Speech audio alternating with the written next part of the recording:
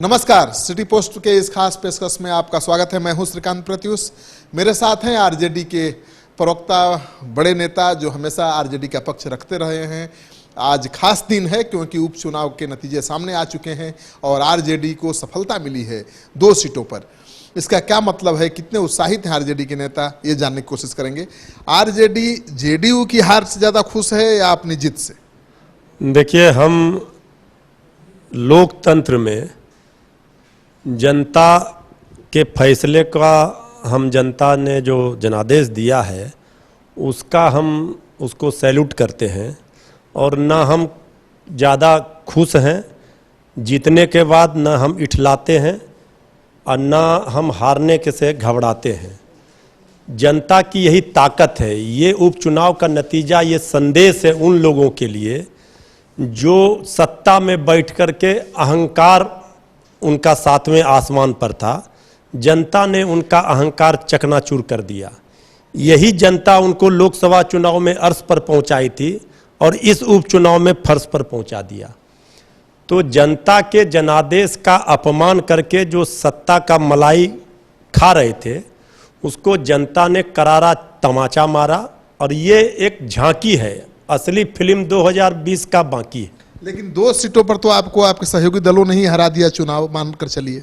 देखिए, नाथनगर की सीट की जहाँ तक बात है तो नाथनगर की सीट पर हम जीते हुए थे, जीत की घोषणा भी हो चुकी थी, लेकिन इसके बाद प्रशासन और सत्ता का दुरुपयोग करके सत्ता के दबाव में इस फैसले को बदला जाने का कोशिश किया जा रहा है। और हम चुनाव आयोग से भी निवेदन कर रहे हैं कि ऐसा नहीं किया जाए। जनता का जो जनादेश है उसको सत्ता के दबाव में न बदला जाए। लेकिन आप जो बेलहर सीट है वहाँ की जीत को कैसे देखते हैं? क्योंकि वहाँ तो आपको उम्मीद से बहुत ज़्यादा वोट मिल गया है। कहा जा रहा है कि बीजेपी के जो समर्थक थे उन्होंने भी आपको वोट दे दिया है, सच है क्या? देखिए, बीजेपी के समर्थक हो, जेडीयू के समर्थक हो, वो आखिर उनको क्यों वोट दे? इतना अपार जन समर्थन के बाद आपने जिस तरह से डबल इंजन में जनता को पीस दिया बिहार में, तो जनता तो त्राहिमाम कर रही थी। चुनाव परिणाम के बाद क्या हुआ? चमकी बुखार में 500 से ज्यादा बच्चे की मौत हो गई। क्या माननीय प्रधानमंत्री जी ने एक ट्वीट भी किया, नाले के पानी में राजधानी डूब जाता है। क्या हुआ? AK-56 AK-47 खिलौने की तरह लहरता है। लॉ एंड ऑर्डर पूरी तरह से ध्वस्त है। सारा चीज जिस तरह से सरकार का उपेक्षा सरकार के स्तर पर हुई बिहार की जनता की, और खास करके नीतीश कुमार जी यहाँ बीजेपी के साथ सत्ता का मलाई खा रहे हैं, लेकिन झारखंड में उसी बीजेपी का विरोध कर रहे हैं, दिल्ली में उसी बीजेपी का विरोध कर रहे हैं। तो ये पब्लिक है, ये सब जानती है। उनको पता है कि बिहार में 15 वर्ष हो गए। हम लोगों के ऊपर आरोप लगता था, तो 15 वर्ष में अगर हम लोगों से कुछ गलतियां हुई थी तो जनता ने हमें सबक सिखाया। हम 15 वर्षों से बाहर है सत्ता में, लेकिन अब तो उनकी बारी है। उन्होंने क्या किया बिहार के लिए, बिहार में क्या विकास किया, ये नहीं बताते हैं। वो फिर वही पानी में भी डूबता है पटना, तो वो कहते हैं 15 वर्ष पहले। तो अब तो ऐसे लोगों पर जनता ने अपना संदेश साफ स्पष्ट दिखा दिया कि अब बिहार की जनता बर्दाश्त करने के मूड में नहीं है और बिहार की जनता बदलाव चाहती है। सिंहासन खाली करो कि जनता आती है। लेकिन अब सिवान में जो बीजेपी का बागी उम्मीदवार जीत गया, उसको कैसे देखता है आरजेडी? मतलब जेडीयू ने बीजेपी को हराने की, जेडीयू को हराने के लिए बीजेपी ने एड़ी चोटी का जोर लगा दिया।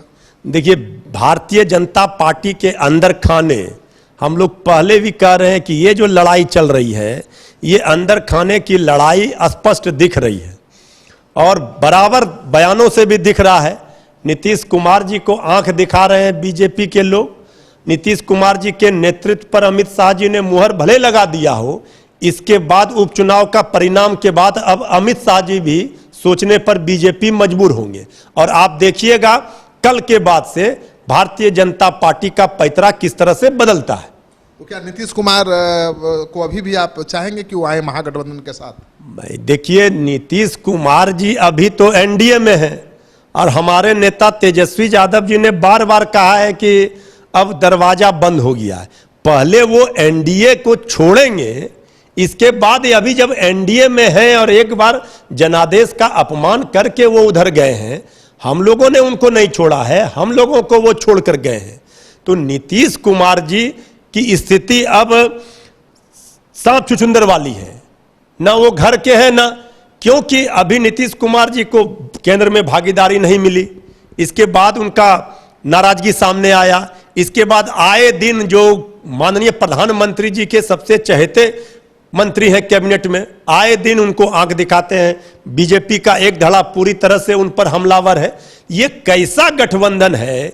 उस सरकार में जिस तरह से कहा गया था कि डबल इंजन की सरकार में विकास होगा, तो कहीं कोई विकास जनता को नहीं दिख रहा है। लग रहा है कि एक इंजन आगे जा रहा है, एक इंजन पीछे खींच रहा है। दोनों तरफ एक इंजन पूरब की ओर, एक इंजन पश्चिम की ओर।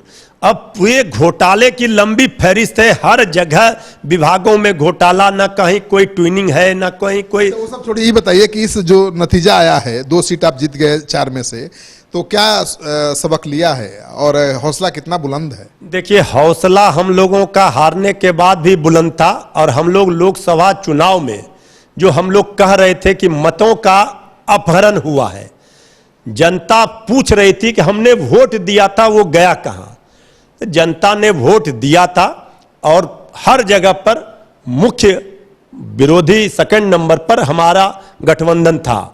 इसलिए हमारा समर्थन तेजस्वी यादव जी के नेतृत्व पर लोग सवाल खड़े कर रहे थे। आप ही के पार्टी के गठबंधन के नेता कर रहे हैं भाई, मांझी कर रहे हैं, मुकेश सहनी कर रहे हैं, दूसरा सब लोग तो लड़कर देख लिए ना चुनाव। हमने तो आपको ही कहा था कि एकमात्र आरजेडी है जिसने बिहार में पिछले 3 दशकों में अपने दम पर सरकार बिहार में बनाई है, और किसी ने नहीं बनाई है।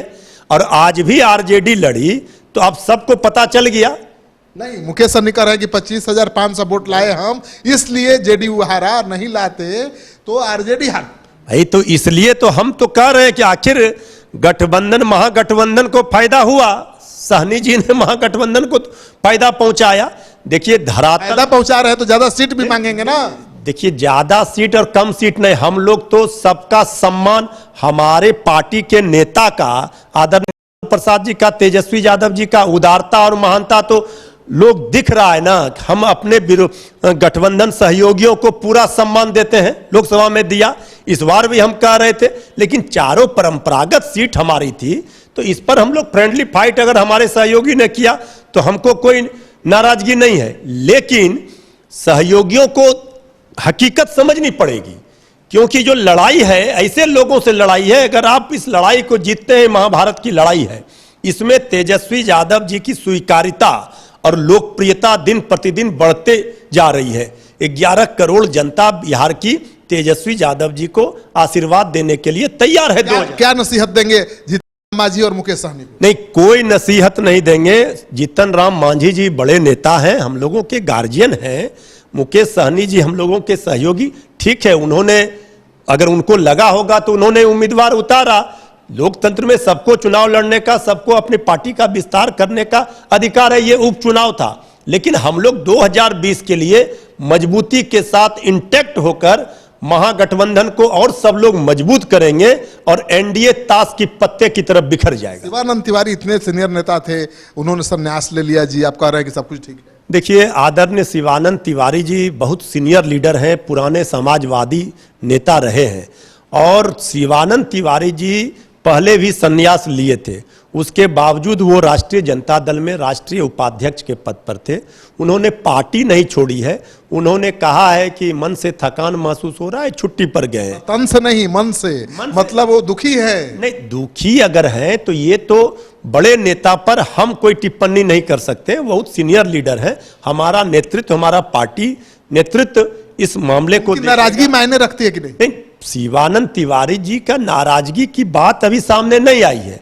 शिवानंद तिवारी जी पुराने साथी रहे हैं, समाजवादी रहे हैं हम लोगों के, और हम लोगों को पूरा विश्वास है कि शिवानंद तिवारी जी के नियत पर शक नहीं किया जा सकता है। तो आपने सुन लिया, इनका कहना है कि शिवानंद तिवारी के नियत पर शक नहीं किया जा सकता। लेकिन हमारा सबसे खास टॉपिक ये था कि विधानसभा के 5 जिन सीटों के लिए उपचुनाव हुए थे उसके नतीजे सामने आ चुके हैं।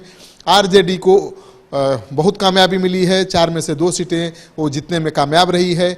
जाहिर है कि तेजस्वी यादव का हौसला बुलंद है, उनकी पार्टी के लोगों का हौसला बुलंद है, लेकिन सबसे ज़्यादा तगड़ा झटका नीतीश कुमार को लगा है, क्योंकि 4 सीटों पर वो चुनाव लड़ रहे थे और 1 सीट ही किसी तरह से जीत पाए। दूसरी सीट पर बहुत मुश्किल से जीत हासिल होगी भागलपुर की सीट में। तो मुझे लगता है कि सबसे बड़ी चुनौती नीतीश कुमार की है कि अगले विधानसभा चुनाव में बीजेपी के साथ जो उनका समझौता होगा, बीजेपी किस हद तक उनके ऊपर दबाव बनाएगी और नीतीश कुमार किस हद तक बीजेपी के सामने झुकेंगे। ये सबसे बड़ा सवाल है, क्योंकि नीतीश कुमार की हार से, उनकी पार्टी के प्रत्याशी की हार से सबसे ज़्यादा खुश बीजेपी के नेता हैं।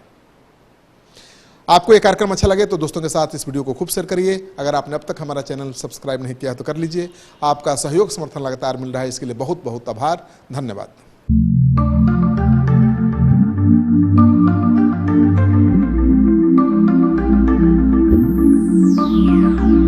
चलो चलते हैं। पर कहाँ? एक सरप्राइज है आपके लिए, थोड़ा सा वेट करो, बट चलो। Oh really? Yes. I like surprises, but make sure कि सरप्राइज अच्छा होना चाहिए। डोंट वरी डियर, ये बेस्ट सरप्राइज होगा अभी तक का। पापा मुझे भी सरप्राइज चाहिए। हाँ बेटा, ये सरप्राइज आपके लिए भी है, चलो।